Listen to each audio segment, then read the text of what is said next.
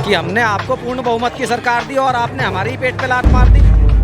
तो इस चीज़ को ध्यान दे सरकार जो पूंजीपतियों के दबाव में है तो उस दबाव को छोड़े और किसान और जवान की बात सुने। कि जनता से मैं ये अपील करूंगा कि सत्ता परिवर्तन तो बहुत हो चुका, अब वक्त आ गया है व्यवस्था परिवर्तन का। अब व्यवस्था परिवर्तन होगा तभी भारत का सुधार हो सकता है। राष्ट्रवाद इन जितनी भी सरकारें हैं इनकी सिर्फ जुबान पे रहता है और हमारी रगों में बहता है। प्रधानमंत्री चौकीदार हैं, सेवक हैं। सेवक का काम होता है ऑर्डर का पालन करना।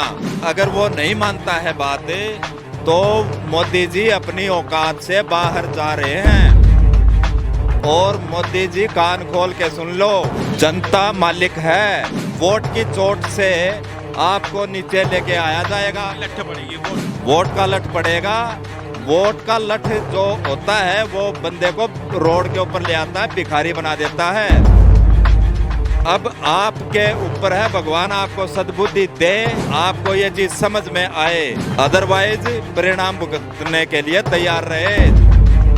जवान, किसान, मजदूर एक इंच भी कदम पीछे नहीं हटाएगा।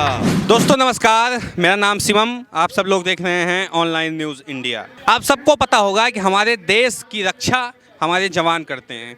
सीधी बात में कही जाए तो हमारे देश के किसान की रक्षा हमारे जवान करते हैं। और आज संकट हमारे देश के किसानों पे आया है तो उनकी सहायता करने के लिए, उनकी रक्षा करने के लिए हमारे जवान उतरे हैं।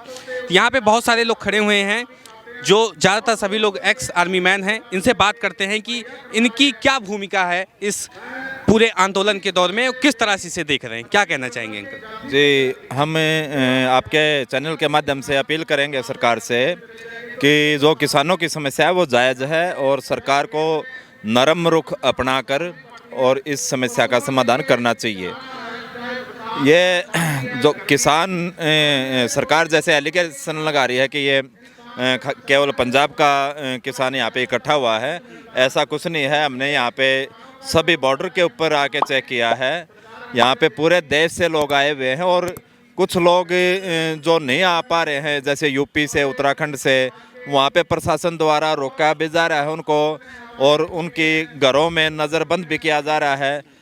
तो जो किसान है उसकी आवाज़ को दबाने का भी काम सरकार कर रही है। साथ में ये हमने देखा क्योंकि यहाँ पे लोग जो आ रहे हैं वो चोट खा के आ रहे हैं उत्तराखंड से। कल ही 40 ट्रैली आई हैं उत्तराखंड से, मध्य प्रदेश से यहाँ पे ट्रैलियाँ आ चुकी। तो तमाम राज्यों से यहाँ पे लगातार किसानों का आना लगातार जारी है। आप कहाँ से आए हैं सर? मैं चंडीगढ़ से आया हूँ। तो मेरे को 16 तारीख को मैं विजय दिवस के दिन 16 दिसंबर को आया था यहाँ इस बॉर्डर पे। उससे पहले मैं 4 दिन सिंगू बॉर्डर पे भी रहा, 4 दिन टिकरी बॉर्डर पे भी रहा मैं। तो हर जगह हमने ये मुआयना। क्या करते थे सर, थोड़ा सा आप अपने कार्यशैली के बारे में विस्तार से बताइए। मैं बंगाल इंजीनियर ग्रुप में मैंने जॉब किया है, सेवा दी है सेना के अंदर। वहाँ पे इंजीनियर का काम, तमाम जितने भी काम होते हैं सारे के सारे काम इंजीनियर को ही करने होते हैं। जैसे सेना के लिए जब युद्ध का समय होता है तो रोड ओपनिंग करना, उसके बाद में अगर कोई कैनाल आती है, पानी नहर आती है तो उसके ऊपर ब्रिज बनाना, कोई गैप आता है ड्राई एरिया में तो फिर उसके ऊपर ड्राई गैप ब्रिज बनाना, उसके बाद कोई बारूदी सुरंग आती है तो उसको रिफ्यूज़ करना। इसके साथ साथ में और भी बहुत से काम होते हैं इंजीनियर के जो हमारे को करने पड़ते हैं। सरकार के रवैये को किस तरह से आप देख रहे हैं? बिल्कुल मानने के लिए तैयार नहीं और बेदर्द होती चली जा रही। किसानों के ऊपर आंसू गैस के 200 गोले कर बरसाए गए रेवाड़ी के अंदर, क्या कहना चाहेंगे? जी, सरकार एक्चुअली तानाशाही रवैया अपना रही है। अभी सरकार को अच्छी तरह से ये पता लग चुका है कि भाई एक बार जो काठ की हांडी है एक बार ही चढ़ती है, दोबारा नहीं चढ़ेगी। लेकिन फिर भी वो दोबारा अभी सेकंड प्लान में कोशिश कर रही है। और सरकार के आदमियों को पता है कि दोबारा कितनी मशक्क़त उनको करनी पड़ रही है। कहीं एमएलए खरीदने पड़ रहे हैं, कहीं एमपी खरीदने पड़ रहे हैं। तो अब ये खरीदने बेचने से इसका जो समय था ये सभी पार्टियों का निकल चुका है।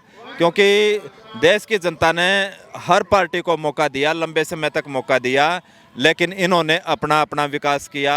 देश की जनता आज गुस्से में है, बेरोजगार है और रोड के ऊपर है। अब जनता इनको छोड़ने वाली नहीं है। जनता के अंदर इतना आक्रोश है, अगर मोदी सरकार नहीं मानेगी तो अंजाम मोदी सरकार का बहुत ही बुरा होने वाला है। मैं ये बिल्कुल क्लियर सरकार को बताना चाहता हूँ। आपकी भलाई इसी में है कि आप जो मुद्दे हैं, मुद्दों के ऊपर आके अपने नेता, मंत्री, मुख्यमंत्री, एमपीज को जनता के बीच में भेजिए, जनता की समस्या को सुनिए, समाधान करिए। अदरवाइज अगर आप ऐसा नहीं करते हैं तो 2024 में आपको बिल्कुल क्लीन बोल्ड कर दिया जाए। क्लीन बोल्ड कर दिया जी देखिए, हम किसानों के ऊपर अत्याचार होते देख पूरे 5,000 पूर्व सैनिकों के साथ इनके समर्थन में आए हैं और अपने सैनिकों के साथ 5,000 सभी पोस्टों पर हैं। और हमने ये देखा कि यहाँ जो अफवाह उड़ाया जा रहा था वैसा कुछ भी नहीं मिला।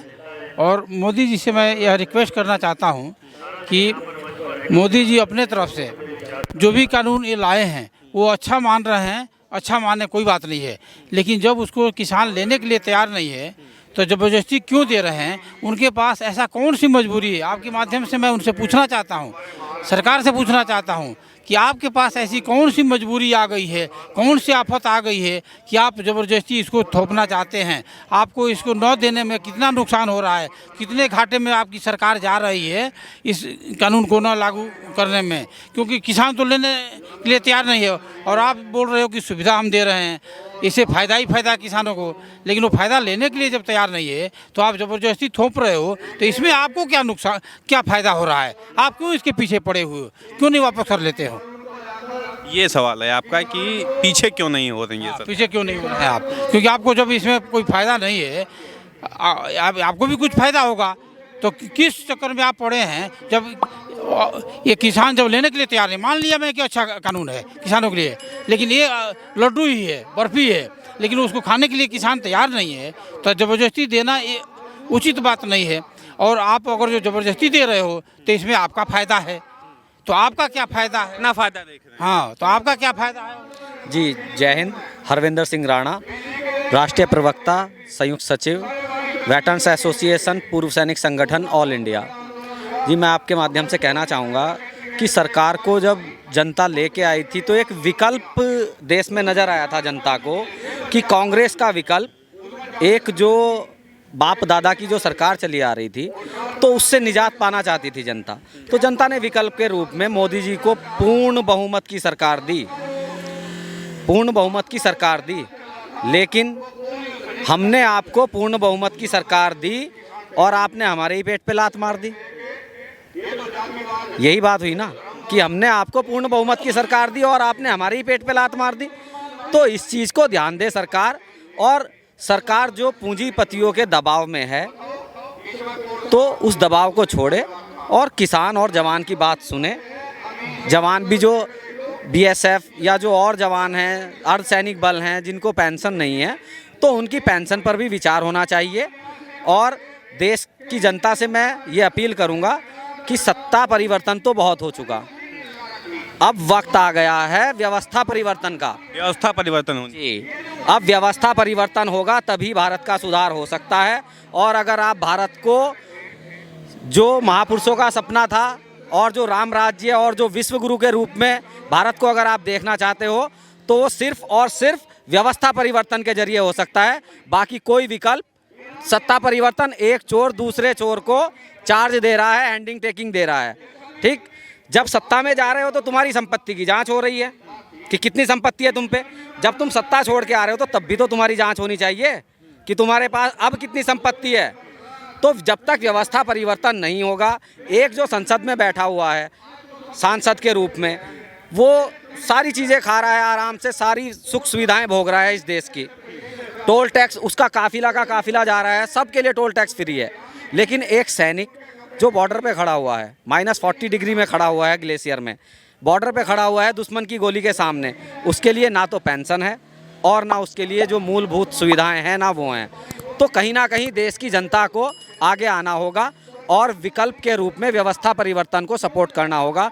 और हम आपके चैनल के माध्यम से जनता से अपील करेंगे कि ज़्यादा से ज़्यादा लोग हमसे जुड़ें। पूर्व सैनिक संगठन हम इसी काम के लिए निकले हुए हैं और अभी हमारा एक ही मकसद है, क्योंकि राष्ट्रवाद इन जितनी भी सरकारें हैं इनकी सिर्फ जुबान पे रहता है और हमारी रगों में बहता है। तो व्यवस्था परिवर्तन का समय आ गया है, उठें, बाहर निकलें। जो यहाँ नहीं आ सकते वो हमें सपोर्ट करें और व्यवस्था परिवर्तन की तैयारी में लग जाएं। व्यवस्था परिवर्तन जी। आप बताइए अंकल, क्या लगता है आपको कि 8 दौर की बातचीत हो चुकी है किसानों और सरकार के बीच में, कुछ हल निकलेगा? हल निकलेगा। गवर्नमेंट को ये काले कानून वापस लेने पड़ेंगे। ये जो गैर मौसमी बरसात हुई है इससे गवर्नमेंट के हौसले बड़े हैं कि ये परेशान होकर भाग जाएंगे। बारिश और किसान का चोली दामन का रिश्ता है, इसमें हमारा हौसला और बढ़ेगा। वो खेती का काम पीछे कम हो गया, पानी लगाना कम हो गया, जो पीछे वाले वो भी आएंगे, इसमें शामिल होंगे। इसलिए गवर्नमेंट के यही फेवर में है कि जितनी जल्दी हो सके, किसानों में क्रोश है, रोह है, क्योंकि जहाँ से भी किसानों की लाशें जाती है घर, और बॉर्डर में भी किसानों के बच्चों की लाशें घर आती है, जब आती है, तो इसको जितनी जल्दी में वापस ले लेगी उतना किसान गवर्नमेंट के फेवर में रहेगा। ये बात है। आप बताइए सर जी, क्या लगता है कुछ हल निकलेगा? बिल्कुल हल निकलेगा। सरकार अगर नहीं मानती है, देखिए प्रधानमंत्री चौकीदार हैं, सेवक हैं, और सेवक का काम होता है ऑर्डर का पालन करना। अब अगर वो नहीं मानता है बात, तो मोदी जी अपनी औकात से बाहर जा रहे हैं। और मोदी जी कान खोल के सुन लो, जनता मालिक है। लठ का भी इस्तेमाल हो सकता है, लठ बाद में पड़ेगा जब ईडी की और सीबीआई की जांच होगी। पहले वोट की चोट से आपको नीचे लेके आया जाएगा। लठ पड़ेगी वोट? हाँ, वोट का लठ पड़ेगा। वोट का लठ जो होता है वो बंदे को रोड के ऊपर ले आता है, भिखारी बना देता है। अब आपके ऊपर है, भगवान आपको सद्बुद्धि दे कि आपको ये चीज़ समझ में आए। अदरवाइज परिणाम भुगतने के लिए तैयार रहे। जवान, किसान, मजदूर 1 इंच भी कदम पीछे नहीं हटाएगा। बहुत बहुत धन्यवाद आप सब लोग का। दोस्तों, ये हमारे देश के जवान हैं और किसानों के साथ कंधे से कंधा मिलाकर हर लड़ाई को पार करने के लिए तैयार हैं। आपकी राय क्या है इस वीडियो को देखने के बाद कमेंट बॉक्स में बताएं। साथ ही साथ चैनल को सब्सक्राइब करें और वीडियो को ज़्यादा से ज़्यादा शेयर करें। मिलते हैं इसी तरह किसी और खबर के साथ, तब तक के लिए नमस्कार। इस खबर को अभी लाइक करें, शेयर करें, अभी चैनल को सब्सक्राइब करें और घंटी जरूर दबाएं।